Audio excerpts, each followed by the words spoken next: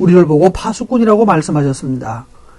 파수꾼은 나라를 지키다가 적이 쳐들어오는 것을 보면 나팔을 불어서 후방에 있는 자기 국가에 보고해야 되죠. 그래서 전쟁을 대비하고 그 전쟁에서 망하지 않도록 하는 책임을 가진 사람들이 파수꾼입니다. 근데 파수꾼이 만약 자기 근무를 제대로 하지 않아서 알리지 못했다면 다른 사람이 누가 그것 때문에 죽고 멸망하면 그 책임을 파수꾼이 목숨으로 갚아야 한다라고 말을 합니다. 어제 우리가 정말 불행한 뉴스를 들었는데 저 동부전선이라고 그러죠. 동부전선 쪽으로 북한에서 사람이 넘어왔는데 작년에도 그랬답니다. 넘어왔는데 우리 군사들이 발견하지도 못했고 와서 이 초소를 두들기면서 나 귀순하려고 그런다. 그래서 여기저기 찾아다니면서 두들겼는데 어디 갔더니만 거기는 사람이 없고 그래서 찾아다니면서 나 북한에서 왔다고. 아니 북한군 옷을 입고 그렇게 활개를 치고 다녀도 되는 우리나라 동부전선, 우리나라 군대 정말 한심한 군대입니다.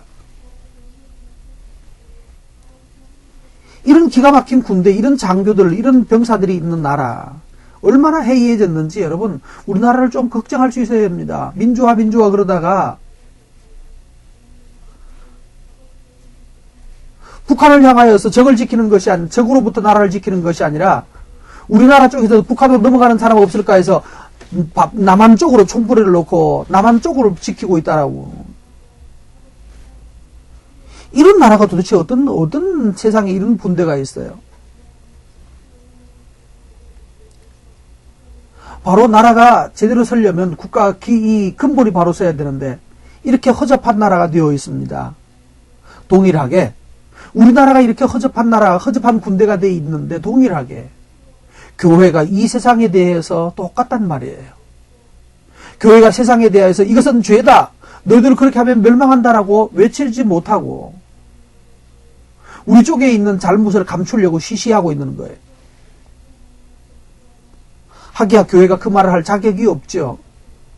온갖 불의하고 음란하고 악한 일에 앞장서 있는 이런 모습을 가지고 있으니까 교회가 이것이 생명이다 이렇게 오라라고 말할 수가 없는 거예요.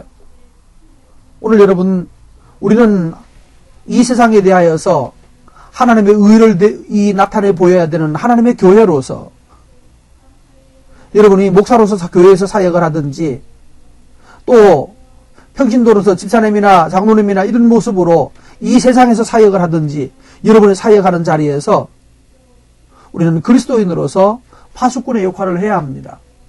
남들이 죄지혜로 가려고 하면 아니다 그러면 멸망한다라고 말할 수 있어야 하고 말해야 되는 거죠. 어떤 사람이 어떤 일 때문에 자기 이 시간과 몸과 또 삶을 잘못 사용하는 사람이 있다면 그렇게 하면 안 된다라고 막아서는 사람이 되어야 됩니다. 그건 네가 알아서 해. 이런 식으로 해서 우리는 직무유기를 하고 있습니다. 우리는 하나님 세상에 대한 교회로서 저와 여러분이 어떤 모습으로든 이 세상이 범하는 죄에 대하여서 적극적으로 말하고 고쳐주고 해서 그들이 멸망하지 않게 만드는 일에 쓰임받게 되기를 바랍니다.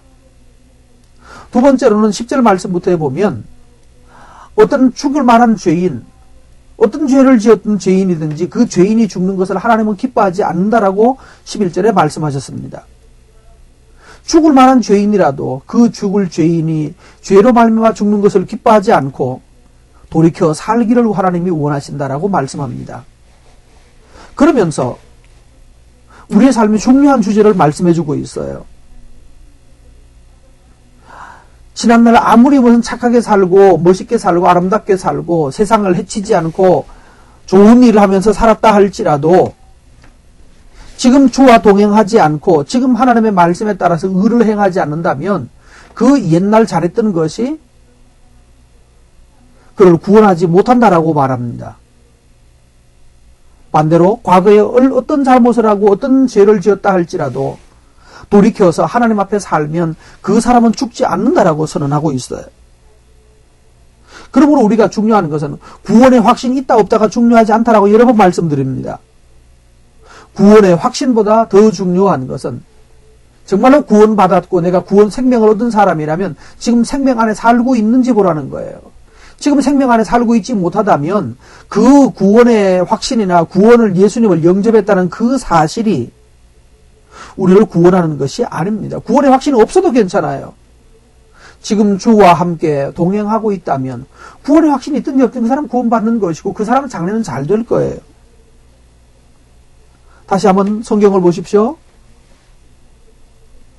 의인에게 말하기를 너는 살리라라고 했는데 너는 이제부터 생명을 얻었고 구원을 받았다라고 했는데 근데 그가 그 구원을 믿고 구원의 확신을 믿고 13절입니다.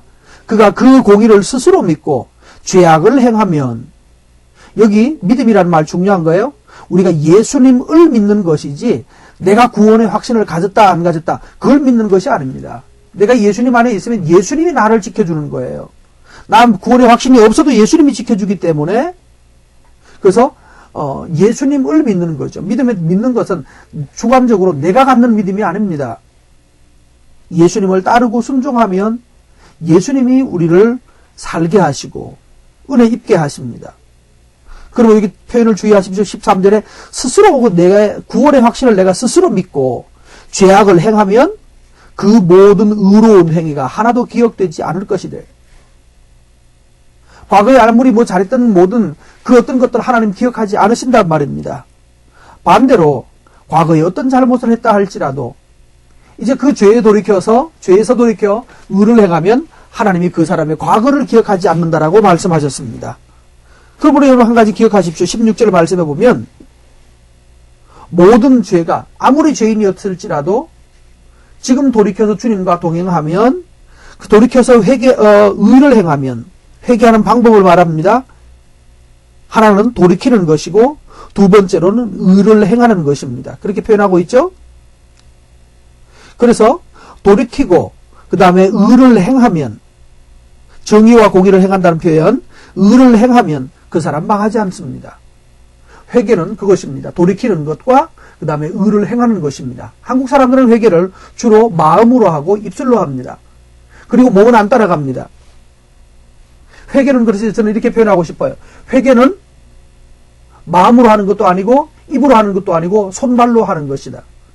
다른 비유를 한다면 겁니다. 공부는 어떻게 하는 겁니까? 공부는 머리로 하나요? 말로 하나요? 말로도 안 하고요. 말로 하는 공부도 공부가 아니고 마음으로 하는 공부도 아니고 공부는 뭘 한다고 그러죠? 한국식 표현에 엉덩이로 한다는 그런 표현이 있어요. 책 붙들고 책상에 얼마나 앉아 있느냐 그것이 결정할 거라는 거예요. 회개는 손과 발로 하는 것이지 결코 마음으로 하나님 잘못했어요 용서해 주세요 이게 회개가 아닙니다. 입으로 하는 회개가 아닙니다. 마음으로 아무리 내가 정말 잘못했구나 후회한다고 그게 회개 아닙니다. 회개는 손발이 다른 방법으로 예전과 다른 길을 가야 되고 다른 일을 해야 되고 다른 걸 만져야 합니다. 퇴근하고 나면 꼭 한 잔 생각나는 분이 있다면 나는 이제 절대로 하지 않고 집으로 바로 가리라. 안 고쳐집니다. 집에 가서 또다시 술 찾습니다. 어떻게 해야 됩니까? 원래 그쪽으로 가던 발걸음을 돌이켜서 의로운 쪽으로 가야 돼요. 집으로만 가면 되는 게 아니고. 교회 가십시오. 그러면서 교회 가는 습관들이고 술 마시면 스트레스 풀던 거 교회 가서 기도하고 묵상하고 그러면서 가면 완전히 딴 사람으로 바뀝니다. 여러분 회개는 입으로 마음으로가 아니라 손발로 한다는 거 기억하시고 적극적으로 나아가시면 하나님은 과거 다 기억도 못한다고 말했습니다. 이런 의인의 삶을 저와 여러분이 살아갔으면 좋겠습니다. 오늘도 힘써주시기 바랍니다.